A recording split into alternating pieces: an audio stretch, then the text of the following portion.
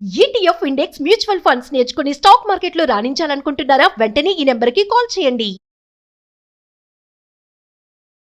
నమస్తే రమగారు. నమస్తే జయ. రమగారు, ఒక మంచి కథ చెప్పండి. మంచి అనగానే రోజు చెప్పే మంచి కాదా అని అడగొద్దు, రోజు చెప్పే మంచియే, దానికి ఇంకొక మంచిని యాడ్ చేయండి. ఒక మంచి సందమామ కథ చెప్దాం. రైట్. మామూలుగా ఈ పల్లెటూళ్ళల్లో హరికథలు అవి చెప్తారు. అయితే ఓ రామాపురం ఊళ్ళో, రామాపురం వద్దు, ఈసారి ఏం చేద్దాం, కృష్ణాపురం పెడదాం.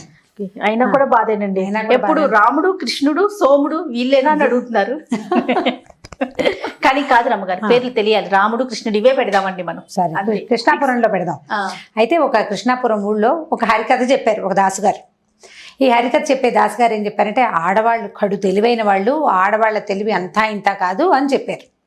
చెప్పేసరికల్లా కొంతమంది అడిగారు, ఆడవాళ్ళు ఏం తెలివిగల వాళ్ళండి, ఆడవాళ్ళకి ఏం తెలివితేటలు ఉండవు, ఏముండవు, ఆడవాళ్ళు చాలా తెలివి తక్కువ వాళ్ళండి అంటే, భలే వాళ్ళు నాయన, ఆడవాళ్ళు తెలివి తక్కువ వాళ్ళు కాదు, ఆడవాళ్ళకి ఏం లేదు, జస్ట్ కొద్దిగా 4 అక్షర ముక్కలు చెప్పి కొద్దిగా చదువు నేర్పిస్తే ఆడవాళ్ళు అంత తెలివిగల వాళ్ళు ఇంకెవరు లేరు, మగవాళ్ళకి వాళ్ళు వశం కాదు, వీళ్ళు పని చేయడానికే తప్పిస్తే తెలివితేటల్లో ఆడవాళ్ళని బీట్ చేయలేరు ఎవరు అంటే. అయితే ఆ ఊరు కరణం గారు వింటున్నారు కథ అంతా. సరే, చాలా బాగుంది, కథ అయిపోయింది. స్త్రీలు బహు తెలివైన వాళ్ళు అని హరిదాస్ గారు చెప్పారు. వినటానికి ఎంత బాగుందో.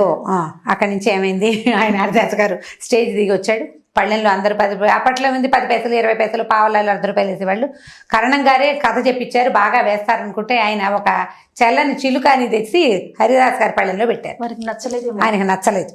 సరే, అక్కడి నుంచి హరిదాస్ గారు తెల్లబోయి, అదేంటండి అయ్యగారు, మీరేదో పెద్దగా ఘనంగా సన్మానం చేస్తారనుకుంటే ఇట్ట పెట్టారు, పరువు పోయింది అన్నట్టు. ఆయన పరువు పోలేదు, నువ్వు కనుక ఈ వాక్యం చెప్పకుండా ఉంటే ఖచ్చితంగా నీకు పెద్ద బహుమానమే ముట్టేది.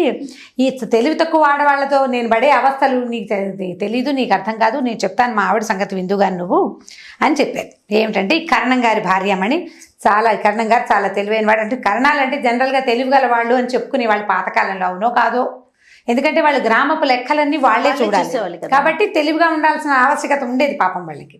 అయితే ఈ కరణం గారి భార్య పేరు అచ్చమ్మ గారు. అచ్చమ్మ పాపం ఆవిడ తెలివి తక్కువది. ఆవిడ ఒక అమాయకపు, అదొక ధోరణి మనిషి అనమాట. ఆవిడకి వంట తంట పని పాట అన్నీ వచ్చు, కొన్ని తెలియవు, కొన్ని అర్థం కావు. అయితే ఏమైంది, ఓ రోజు కరణం గారు పొరుగురు వెళ్ళారట. ఈవిడ బాకెట్లో చిక్కుడుకాయలు కోసుకుంటోంది. ఒకళ్ళు ఎవరో రోడ్డు మీద పోతూ పలకరించారు. ఏమమ్మా కరణం గారు లేరా ఏదో అడిగారు.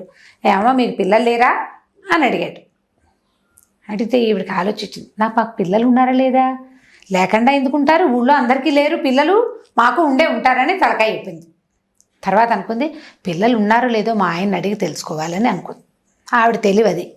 అక్కడి నుంచి ఏమైంది, చీకటి పడ్డాక బాగా చీకటి పడిపోయింది. ఆ రోజుల్లో ఏంటంటే సాయంత్రం 6 అయ్యేసరికల్లా భోజనాలు చేసేవాళ్ళు. గూట్లో దీపం నోట్లో ముద్ద పద్ధతిగా ఉండేవాళ్ళు. మీరు ఇదివరకు విన్నారు, తెలుసు కదా. సరే, ఏమైంది, కరణం గారు 7 దాటి 7:30 7:30 అయిపోయింది. పొద్దున్న ఎప్పుడో 9 గంటలకి తిన్న అన్నం ఆయన కరకరకరమని ఆకలి వేసేస్తోంది. బోళ్ళ పైగా అప్పుడు బస్సులా లారీలా ఏమీ లేవు, కాలినడకని తిరగాలి ఊళ్ళ సర్వే చేయటం అంటే అంతా నడకే. నడిచి అలసిపోయి ఉన్నాడు, ఆయనకి ప్రాణం పోతోంది ఆకలికి. సరే, ఏమేమి వంట చేసావా అన్నాడు లోపల రాగానే. చేశానండి, మిమ్మల్ని ఒకటి అడగాలండి అందుట. అంటే తర్వాత అడుగుదామని ముందు నీళ్ళు పోసుకుంటే వడ్డిచ్చేసేయి, ఆకలి వేసేస్తుంది నాకు అన్నాడు. 7:30 8 కూడా అయిపోయింది, చీకటి పడిపోయి ఆకలి వేసేస్తుంది ఆయనకి, నిద్ర వచ్చేస్తుంది, ఆకలి వేస్తుంది. ఆయన ఒక చెంబు అట్లా నువ్వు దగ్గర దిమ్మరించుకుని వచ్చేసరికల్లా ఈవిడ కంచం పెట్టింది, కూర పప్పు వేసి సిద్ధంగా కూర్చుని ఏమడిగింది, ఏమండి మనకు పిల్లలు ఉన్నారా. ఆయనకి అసలే ప్రాణం పోతుంటే పొద్దునుంచి ఆకలిగా ఉన్నవాడికి ఎలా ఉంటుంది, 2 ముద్దలు గబగబా నోట్లో వేసుకుంటూ అన్నాడు. ఏమండి ఆడపిల్లలా మగపిల్లలా అండి అని. సరే, విసుగు పుట్టింది ఆయనకి. తల్లి, ఎవరో ఒకళ్ళు ఉన్నారు, కాదండి ఆడపిల్లనా మగపిల్లనా చెప్పండి అనేసరికి ఆడపిల్లలేవే అన్నాడు. లేదని చెప్తే పోను, చెప్పలేదు ఆయన. పిల్లకి పెళ్ళయిందా మన పిల్లకి అడిగింది. సరే, పిల్లకి పెళ్ళయింది అన్నాడు. ఎవరబ్బాయికి ఇచ్చాం మనం, తర్వాత ప్రశ్న కూడా వచ్చేసింది, ఎవరబ్బాయికి ఇచ్చారు వీళ్ళ పిల్లని. ఇక ఆలోచించాడు, విసుగు పుట్టింది ఆయనకి. గబగబా తినేస్తున్నాడు ఆయన స్పీడ్గా. ఈయనకి చెప్పలేక సమాధానం, ఎవడో లేని ఉన్నాడే ఆయన పేరు వల్లకాట్లో రామనాథయ్య, ఆయనకి ఇచ్చామన్నాడు. ఈవిడ పేరు గుర్తుపెట్టుకుంది. మర్చిపోతానని వంటింటి గట్టు మీద కుంపట్లో బొగ్గులు ఉంటాయి కదా, బొగ్గుతోటి రాసుకుంది వల్లకాట్లో రామనాథయ్య. ఓహో, రామనాథయ్య అనే పిల్లవాడు వల్లకాటి వారు వాళ్ళ ఇంటి పేరు. పాత రోజుల్లో చింతవారు, పేకావారు అలాంటి పేర్లు ఉండేవి, చింతకాయల వాళ్ళు, వంకాయల వాళ్ళు ఉండేవి కదా. సో ఈ వీటితో పాటు వల్లకాటి వారు ఇంటి పేరు వల్లకాటి వారి ఇంట్లో ఇచ్చాం. వల్లకాటి రామనాథయ్య అనేవాడు, మా రామనాథం అనేవాడు మన అల్లుడు. సరే బాగుంది.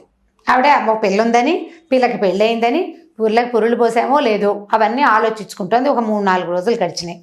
ఎండాకాలం మధ్యాహ్నం 1 గంట 2 గంటల వేళ ఈవిడ ఏం చేసింది, 4 గంటలకి చేసుకోవాల్సిన టిఫిన్ కోసం దెబ్బరొట్టి వేసుకోవాలంటే 2 గంటకి 2ంటికి పప్పు రుబ్బుకోవాలి కదా, మినపప్పు రుబ్బుకుంటుంది. రుబ్బుతుంటే ఏమైంది, బయట నుంచి ఎవరో తలుపు కొట్టారు. పాతకాలపు ఇళ్ళు కదా, ఈవిడ దొడ్లో వెనకాల పెరట్లో ఎక్కడో రుబ్బుతోంది. వాకిలి గుమ్మం బోళ్ళు దూరం ఉంది. ఈవిడ వెళ్ళే లోపల తలుపు కొట్టేవాడు ఇంకా జోరుగా కొట్టాడు. ఈ భర్త గారు ఏం చెప్పాడంటే, ఈవిడ అమాయకురాలు కదా, తలుపులు తీయద్దు, పేరు అడిగితే కానీ తీయకూడదు, పేరు చెప్పాలి, అవతల వాడు చెప్తే కానీ తీయద్దు అన్నాడు. ఈవిడ అక్కడి నుంచి ఎవరో చెప్పండి, ఎవరినైనా మీ పేరేమిటి అని అడిగింది. ఆ దూరంగా ఉన్నవాడికి వాడు ఏదో చెప్పాడు, ఈవిడికి వినపడ అంది. నీ పేరేమిటి అంది. మళ్ళీ వాడేదో చెప్పాడు, అంది. కాసి 4-5 వాక్యాలు గడిచాక వాడు గట్టిగా విసుకుని, ఎవరో లేవమ్మా, వల్లకాట్లో రామనాథయ్య మంచినీళ్ళు ఇవ్వు ముందు అన్నాడు. అనేసరికి వల్లకాట్లో రామనాథం మాత్రం వినపడింది ఈవిడికి. అయ్యో బాబోయ్, మా అల్లుడు వచ్చేసాడు, ఇంకేముందని గబగబా ఈవిడ పరిగెత్తుకుంటూ ఈ పప్పు చేయి కడిగేసుకుంది. పప్పు రుబ్బుకుంటుంది కదా, కడిగేసుకుంది. చేతులు తుడుచుకుంటూ గబగబా వెళ్ళి తప్పు తీసి, నాయన నువ్వేనా మా అల్లుడివి, రా నాయన లోపలికింది. ఈయన మంచినీళ్ళు ఇవ్వకుండా ఈవిడ వెర్రెక్కినట్టు మాట్లాడుతుందని ఆయనకు అర్థం కాలేదు వచ్చిన వాడికి. అక్కడి నుంచి లోపలికి రాంది, గబగబా చెంబుతో మంచినీళ్ళు పట్టుకొచ్చి ఇచ్చింది. అమ్మయ్య మంచినీళ్ళు తెచ్చింది చాలని అది మంచినీళ్ళు తాగంగానే నాయన కూర్చొని పడకొచ్చి జరిపింది. కూర్చోమంటోంది ఏమిట్రా, సరే ఇంత ఎండగా ఉంది, ఎండలో బయటికి వెళ్ళటం ఎందుకు, కూర్చోమంటోంది కదా అని చెప్పి కూర్చున్నాడు. విసినకర్ర తెచ్చి చేతికి ఇచ్చింది. ఉండినైనా చల్లదెస్తానని కాసిన మంచినీళ్ళు ఇతను తాగాక లోపలికి వెళ్ళి చక్కటి ప్రశస్తమైన మజ్జిగ, ఒక గ్లాసుడి మజ్జిగ పుచ్చుకొచ్చింది. నాయన మీ ఇంట్లో అందరూ కులాసాగా ఉన్నారంటే, వీటికి ఆవిడ కుశల ప్రశ్నలు ఎందుకు అడుగుతోందో అర్థం కాలేదు. బాగున్నారన్నాడు. అమ్మాయి ఎలా ఉంది అంది. ఎవరమ్మాయి అని ఆలోచించాడు. సరే బాగానే ఉంది అన్నాడు. ఓ నిమిషం అయ్యాక, ఎన్నాళ్ళు అయింది మీ పెళ్ళి, ఎన్నాళ్ళు అయిందో అసలు రానేలేదు, పిల్లని తీసుకుని రావాలి నాయన నువ్వు అని. అప్పుడు తట్టింది ఈవిడ ఎవరో అనుకుంటోంది. ఎవరనుకుంటోంది కాస్త ఆలోచిస్తే, వల్లకాట్లో రామనాథం అని చెప్పానని, ఆ వల్లకాట్లో రామనాథం అనేవాడు ఎవడో వీళ్ళ చుట్టమో బంధువో అల్లుడో మేనల్లుడో సగం ఏదో ఉందన్నమాట. సరే వీడేమనుకున్నాడు, అటు ఇటు చూస్తే ఇంట్లో పిట్ట పొరుగు ఎవ్వరు లేరు. ఈవిడ ఒక్కతే ఉంది. ఈవిడేం వెరుబాగులు దానిలాగా కనపడుతోంది. సరే అక్కడి నుంచి అందరూ బాగున్నారండి, మీ అమ్మాయి కూడా వస్తానంది, నేను ఒక్కడే వచ్చాను అన్నాడు. అల్లేసాడు కదా. అక్కడి నుంచి ఏం చేసింది ఈవిడ, సరే ఆ మాట ఏమంటే మీ అమ్మ నాన్న బాగున్నారా, మీ చుట్టాలు బాగున్నారా, పొలాల పంటలు బాగా పండినాయి ఆయన, ఈ 2 అడిగి ఉండండి ఏమైనా చేసుకొస్తానని పప్పు సగం రుబ్బింది కదా, గబగబా కాస్త కుంపటి వెలిగించి అంత నూనె పెట్టి 4 గారెలు వేసి పట్టుకొచ్చేసింది అల్లుడికి. పొద్దున్న చేసిన అల్ల పచ్చరేసి తెచ్చేసింది. శుభ్రంగా వీడు మధ్యాహ్నం పూట 3 గంటలకు వేళ 1:30 2 బాగా అయింది. మధ్యాహ్నాలు టిఫిన్లు చేస్తారు కదా, చక్కగా టిఫిన్ చేసేసాడు. టిఫిన్ చేసిన తర్వాత కాసేపు కూర్చొనైనా మీ మామగారు వస్తారు, చీకటి పడిపోయేసరికి అలా వచ్చేస్తారు, కూర్చోమంది. కాసేపు టిఫిన్ తిన్నాడు, మజ్జిగ తాగాడు, మంచినీళ్ళు తాగాడు. సేద తీరిన తర్వాత వెళ్ళొచ్చులే అనుకున్నాడు. అప్పుడు బాగా ఆలోచిస్తే వాడికి తట్టింది, ఇది కరణం గారి ఇల్లు, కరణం గారు బాగా సంపాదించాడు, ఆయనకి పిల్ల జల్లా లేరు, మూటా ముల్లా బాగానే ఉంటాయి వీళ్ళ దగ్గర. సరే అక్కడి నుంచి అన్నాడు, నేను మీ అమ్మాయి మళ్ళీ వస్తామండి, ఇప్పుడు వెళ్ళిపోతాను, అసలు నేను ముఖ్యంగా ఈ పని మీదే వచ్చాను, మా మేనత్త గారింట్లో పెళ్ళికి వెళ్ళాలి, వస్తువులు ఏవీ లేవు, ఏం వెళ్తామని మీ అమ్మాయి బాధపడుతుందంటే, అదేమిటైనా వస్తువులు ఎందుకు లేవు, కంటే కాసుల పేరు అన్నీ నా దగ్గరే ఉన్నాయి అంది. అనేసరికల్లా నేను తెచ్చిస్తాను. అయితే ఆ ఎరువు ఇవ్వండి అత్తగారు, కంటే కాసుల పేరు అవి తెచ్చిస్తే పెళ్లి నుంచి ఇటే వస్తాం మేము. పెళ్ళికి వెళ్ళి పెళ్లి నుంచి ఇటే వస్తాం. అక్కడి నుంచి మేనత్త గారు ఇల్లు బాకిలి భోగట్టా చేశారు ఇద్దరు కలిసి. ఆవిడ ఈ మేనత్త ఊరు పేరు ఈవిడికి ఏం తెలీదు. మేనత్త లేకుండా ఎలా ఉంటారు, పిల్లలు లేకుండా దేశంలో ఉన్న వాళ్ళందరికీ పిల్లలు ఉన్నారు, అసలు లేని కూతురు చేసుకుంటోంది ఆవిడ. సరే అక్కడి నుంచి ఏం చేసింది, మీ మేనత్త వాళ్ళ కూతురు ఏ పిల్లాడికి ఏ ఊరు కంఠం ఎంత ఇస్తున్నారు లాంటివి కూడా కనుక్కుంది. సంభాషణ నెరుపుతుంటే వీడు పైవాడేమోనని తెలియలే ఆవిడకి, ఇంకా ఇమర్స్ అయిపోయింది అనమాట. అక్కడి నుంచి ఏం చేసింది, వస్తువులు తేవడానికి వెళ్ళింది. 1-2 పట్టు చీరలు కూడా ఇవ్వండి అత్తగారు, పంచి చీరలేందే బంగారు వస్తువులు కనపడవసమండి అన్నాడు. సరే అది బాగుందని ఆవిడ 4 చక్కటి పట్టు చీరలు, అక్కడి నుంచి కంటే కాసుల పేరు, వంకీలు, వడ్డాణం. కంటే అంటే మెళ్ళో వేసుకునేది, గట్టిగా ఉంటుంది, రౌండ్గా ఉండి ఒక ఎలా అంటే రింగ్ లాగా ఉంటుంది కంటెంట్. కాసుల పేరు తెలుసు, కంటే కాసుల పేరు కాంబినేషన్. ఆ రౌండ్ ఇట్లా మెడ మీద ఇట్లా గుండ్రంగా ఉంటుంది, కాసుల పేరు కిందకు వస్తుంది అనమాట. ఇవి 2 వడ్డాణము, మళ్ళీ అక్కడి నుంచి వంకీలు, గాజులు అవి పట్టుకొచ్చి ఇచ్చింది. ఒక 3 పట్టు చీరలు 4 పట్టు చీరలు పట్టుకొచ్చింది. సరే ఓ చిన్న గుడ్డ ఇవ్వండి అని అన్ని మూట కట్టుకుని తీసుకున్నాడు.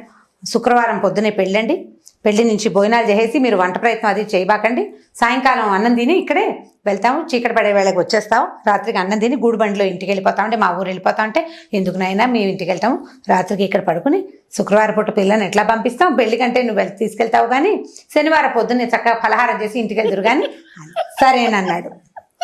అయిందా? సరే మా అమ్మాయి కులాసాగా ఉందంటే అమ్మాయి లక్షణంగా ఉందండి, ఎంతో బాగుంది, మీకోసమే అడుగుతోంది, రేపు అసలు చూడాలంటోంది, కానీ నేను ఇవాళ వస్తువులు అరుగు తీసుకోవడానికి వచ్చాను కానీ లేకపోతే మేము కూడా నేను పెళ్లి నుంచే వద్దాం అనుకున్నాను అని చెప్పాడు. ఆవిడ ప్రగాఢంగా నమ్మేసింది. దారిలో తినడానికి ఇంకో 2 గారె ముక్కలు ప్యాక్ చేసి పంపించింది అల్లుడు గారు. అల్లుడు వెళ్ళిపోయాడు. చీకటి పడ్డాక భర్త వచ్చాడు. ఆయన లోపల రాగానే మన అమ్మాయి కులాసా ఏటండి అని. ఎవరమ్మాయి అన్నాడు భర్త. మన అమ్మాయేనండి అని. మన అమ్మాయి, మనకక అమ్మాయిలు ఎక్కడ ఉన్నారంటే అదేమిటి లక్షణంగా అమ్మాయి అంటే ఇలా పిచ్చి మాటలు మాట్లాడతారు. అసురు సంధ్య వేళ అల్లుడు వచ్చాడు, గారెలు తిన్నాడు, పాపం పిల్ల పెళ్ళికి వెళ్ళాలట, దాని దగ్గర వస్తువులు లేవు, అలా ఇవ్వకుండా అన్నీ మన ఇంట్లోనే పెట్టుకున్నాం, మనమేమిటండి మరీ విడ్డూరంగాను, దాని వస్తువులు దానికి ఇవ్వద్దు పిల్లకి, అందుకని ఎరువేట తర్వాత ఇస్తానన్నాడు. శుక్రవారం ఎరువేనండి, మరి మీరు మీ వస్తువులు మాకెందుకన్నాడు, బంగారు కొండండి మా నల్లుడు, ఎక్కడైనా మనకు ఒకతే పిల్ల ఉంది, అసలు వాడని పట్టు చక్కపోవచ్చు, పట్టుకెళ్ళటం లేదు, ఎరువే అడిగాడు. 4 రోజులు ఉంచుకుని పెళ్లికి పెట్టుకున్నాక శుక్రవారం నాడు పట్టుకొచ్చి ఇచ్చేస్తాడు. అనగానే కంటే కాసులు ఈయన వెంటనే ఏ వస్తువులు ఎరువు ఇచ్చావే అన్నాడు. కంటే కాసుల పేరు లెక్క లైన్ చెప్పేసింది ఆవిడ. ఇంకేమి ఇచ్చామంటే పట్టు చీరలు ఇచ్చాను, గారెలు వేసి పెట్టాను. ఎవడే వాడను వల్లకట్లో రామనాథం అండి మనకు. కానీ నిర్ఘాంతపోయాడు. అయ్యో ఆ రోజు మనకి పిల్లలు లేరని ఒక్క వాక్యం చెబితే సరిపోయేదానికి అనవసరంగా విసుగుపడి అలా వలకాట్లో రామనాథం అని చెప్పాను వెర్రిబాగులు దానికి. వాడెవడో ఈ మాట విన్నాడో ఇదే అందించిందో దీని తెలివితేటలు ఎక్కువైపోయి వాడు కాస్త వచ్చి కొట్టుపోయాడు. ఇంకేముందని ఓర్మని నెత్తిమీ చేతులు పెట్టుకుని ఏడవటం మొదలెట్టాడు కర్ణం గారు. ఇన్నేళ్ళు సంపాదించింది మొత్తం మూట వల్ల పోయింది, బంగారు వస్తువులన్నీ ఇచ్చేసింది ఆవిడ. ఆయన ఏడుస్తుంటే ఈవిడేమనుకుంది, అయ్యో అల్లుడికి కూతురికి ఏమైనా ముంచుకొచ్చింది, ఈయన బయట నుంచి వచ్చాడు తెలుసుకొచ్చుంటాడు, ప్రయాణంలో అల్లుడికి ఏదో అయిందని ఆవిడ ఏడవటం మొదలుపెట్టింది. పిచ్చి తల్లి ఏడుస్తుంటే చుట్టుపక్కల వాళ్ళు చేరారు. చేరితే ఏముంది లబో దిబో, ఈవిడేమో మా అల్లుడు వచ్చాడంటుంది, నా బొంద నేనేదో చెప్తే వాడెవడో ఎత్తుకుపోయాడంటాడు ఆయన. ఇక వస్తువులు పోయాయని ఏడుస్తున్న కర్ణం గారిని, లేని కూతురికి అల్లుడికి ఏదో జరిగిందని ఏడిచే అచ్చమ్మ గారిని, ఇద్దరిని ఓదార్చి ఆ ఊరి జనం ఇలా కర్మానికి ఎవడ కర్తలు అని అనుకుంటూ పోయారు. ఇప్పుడు హరిదాస్ గారికి ఈ కథ చెప్పారనమాట కర్ణం గారు. అంత తెలివిగల స్త్రీతోటి ఉంటున్నాను నాయన, స్త్రీలు తెలివిగల వాళ్ళు అని నువ్వు చెబితే నాకు నీకు డబ్బులు ఇవ్వాలనిపించట్లేదు, మరోసారి మా ఊరు రాకు. ఒకవేళ ఏ ఊరైనా వెళ్తే ఇలాంటివి చెప్పకు, స్త్రీలను చదివించండి, స్త్రీలకు కూడా తెలివితేటలు ఉండే అవకాశం ఉంది అనాలి, అంతేగాని స్త్రీలే తెలివిగల వాళ్ళని నువ్వు చెప్పద్దు. తెలివిగల వాళ్ళు కాదు స్త్రీలు, వాళ్ళని కొంత చదివించాలి, కొంత తెలియచేయాలి, కొంత లోకజ్ఞానం అలవరిచి పెళ్లిళ్ళు చేయాలి. ఈ 7 ఏళ్ల 3 ఏళ్ల పిల్లలకి పెళ్లిళ్ళు చేశాక వాళ్ళని మా నెత్తి మీద పడేస్తారని ఆయన తిట్టి హరిదాస్కి ఏమి ఇవ్వకుండా పంపించేశారు. ఇప్పుడు ఈ వల్లకాట్లో రామనాథం గారి కథని తెలుసుకుని మీరు పిల్లలకి చెప్పాలి. ఎలా చెప్తారో చెప్పండి, మీ ఇష్టం. ఎంత బాగుందో రమ్మగారు, స్టార్టింగ్ నుంచి నవ్వుతుండే నాకు కళ్ళల్లో నీళ్ళు కూడా వచ్చేస్తున్నాయి. అద్భుతంగా ఉంది స్టోరీ. తెలివైన వాళ్ళకి ఉంటారు, ఇప్పుడు కూడా ఉన్నారంటారు రమ్మగారు. ఎందుకంటే ఇప్పుడు ఇది సందర్భం కాదు కానీ ఈ మాట చెప్తాను. రైస్ పుల్లింగ్ని నమ్మట్లా జనం. రైస్ పుల్ చేస్తాం, రైస్ పుల్లింగ్, ఈ బియ్యం ఒక చోట ఉండి బియ్యాన్ని లాగుతుంది, దానివల్ల డబ్బు వస్తుంది. బంగారం దీనికి గంపల పెట్టండి రేపు పొద్దుటికి డబల్ అయిపోతుంది. పిచ్చి బొందలు కాదా వీళ్ళందరూ? ఇది తెలివే? కొంతమంది అంట బాబాలని నమ్ముతారు, మంత్రగాళ్ళని నమ్ముతారు. అక్కడెక్కడో భూమిలో భూగర్భ నిధులు ఉన్నాయని, భూగర్భ నిధి ఉంటే మాత్రం నువ్వు ఎలా తీసుకుంటావు? గవర్నమెంట్ అది కాదు, దానికోసం వెళ్తాను. అత్యాస కాదు రమ్మగారు, మెరుగు పెడతామని చెప్పి వస్తారు, మెరుగు పెట్టే వాళ్ళకి వస్తువులు తీసి ఇచ్చేస్తారు. ఒకటి ఇచ్చి చూద్దాం అనుకోకుండా అన్ని వస్తువులు చేతులు పెడితే అట్లా రోడ్డు మీద బంగారం దొరికిందని 100 రూపాయలు 100 మీదేనా అని మోసం చేసేవాళ్ళు ఉన్నారు. వీళ్ళందరూ తెలివి తక్కువ పెద్దమ్మలే. ఇప్పుడు ఆవిడది మరీ తెలివి తక్కువ అనుకో, ఇప్పటికీ ఉన్నారు తెలివి తక్కువ పెద్దమ్మలు. మీరు ఎంతమందిని నమ్మి మోసపోవట్లేదు? ఫేస్బుక్లో ఫ్రెండ్షిప్లు చేసి మోసపోయి డబ్బులు లక్షలు ఇచ్చేసేవాళ్ళు కొంతమంది, ప్రాణాలకి మీదకి తెచ్చుకుంటున్న వాళ్ళు కొంతమంది. ఏం తెలివి? ఏది తెలివి లేదు. తెలివి లేవు. స్నేహాలు చేసి ఫ్రెండ్షిప్లతోటి ఒకటితోటి ఫ్రెండ్షిప్ చేస్తే వాడు తన ఫ్రెండ్స్ 3 4 ఆడపిల్లల్ని పనిచేసి సర్వనాశనం చేసేసే వాళ్ళు ఉన్నారు. మీకు ఏవి తెలివితేటలు? ఇప్పుడు మోసగింపబడుతున్న వాళ్ళలో ఆడవాళ్ళు మగవాళ్ళు కూడా ఉన్నారు లోకంలో. ఇప్పుడు కనపడుతుంది, రోజు పేపర్ చూస్తామా, కొంతమంది అమ్మాయిలు మోసపోయినట్టు, కొంతమంది మగవాళ్ళు మోసపోయినట్టు కనపడుతున్నాం.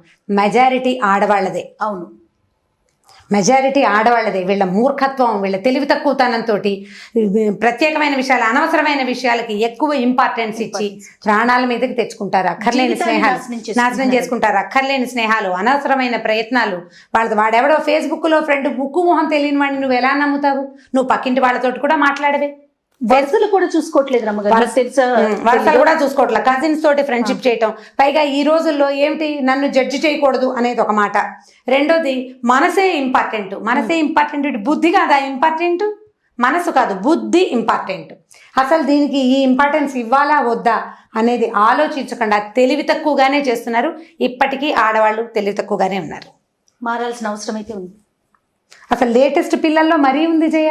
ఇంత చదువుకుంటున్నారు, తెగ చదివేస్తున్నారు అమ్మాయిలు, అయినా కూడా పప్పులో కాలేస్తున్నారు. చాలా మూర్ఖంగా, అంటే అది మీరు అన్నట్లుగా బిహేవ్, తెలివి తక్కువ పనులు, చెయ్యకూడని పనులు, అక్కర్లేని మాటలు, ఇద్దరితో ముగ్గురుతోటి ఎట్ ఏ టైం స్నేహాలు చేసి ముగ్గురిని మెయింటైన్ చేయాలనుకోవటాలు, పప్పులో కాలేయటాలు, అనవసరంగా పెద్దవాళ్లతోటి స్నేహాలు, ఈడుకు మించిన వ్యవహారాలు, అన్నీ తప్పులే. ఇవన్నీ హెచ్చుగా ఆడపిల్లల్లోనే కనపడుతున్నాయి. ఇప్పుడు మీరంతా నా మీద యుద్ధానికి రావద్దు, పేపర్లో ఉన్న సెన్సెస్ని బట్టే చెప్తున్నా. ఎగ్జాక్ట్లీ రమ్మగారు. న్యూస్ పేపర్ చూస్తామా, మోసపోయిన మగవాళ్ళ కథలు కనపడతాయి. అవి 4 ఉంటే 10 ఉంటున్నాయి. ఎందుకు అంత తెలివి తక్కువగా ఉంటున్నాను? విపరీత ధోరణులండి. మీరు అన్నట్లుగా వయసుకు మించిన స్నేహాలు, బంధాలు కానీ అనుబంధం, అసలు ఇంకా అసలు మంచి చెడు ఏమి అమ్మా నాన్న కంటే ప్రపంచం అంతా ఇంపార్టెంట్ గా కనపడుతుంది. అదొక ప్రాబ్లమ్. అమ్మా నాన్న ఇంపార్టెంట్ గా కనిపించారు. వీళ్ళన్నిటికీ నీకు అడ్డుకట్ట కడతా, నిజం, అన్నిటికీ ఆపుతారు. అమ్మ ప్రతిదీ వద్దంటుంది, నాన్న అన్ని కంట్రోల్ చేస్తాడు.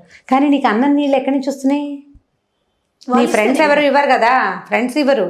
నువ్వు ఫ్రెండ్షిప్ చేసే వాళ్ళలో ఎవడు నీకు తెల్లారలేస్తే అన్నం పెట్టాడు, నేను నిద్ర లేపడు. వీళ్ళే కదా చేస్తారు. అది తెలుసుకుని చావకుండా. తెలివితేటలు లేవు చేయ, ఇంకా బాగా తెలివిగా లేరు ఆడవాళ్ళనే అనిపిస్తుంది. ఆలోచించి చూడండి. డెఫినెట్గా రమ్మగారు. Thank you. మంచిగా నవ్వించారు, మంచి ఆలోచింప చేసే మాటలను కూడా చెప్పారు. చాలా బాగుంది రమ్మగారు. ఇంకొక వీడియోలో మళ్ళీ కలుద్దాం. తప్పకండి. ఇక ఈ వీడియో కనుక మీకు నచ్చినట్లయితే లైక్ చేయండి, షేర్ చేయండి. మరిన్ని వీడియోస్ కోసం మా ఛానల్ని సబ్స్క్రైబ్ చేసుకోండి.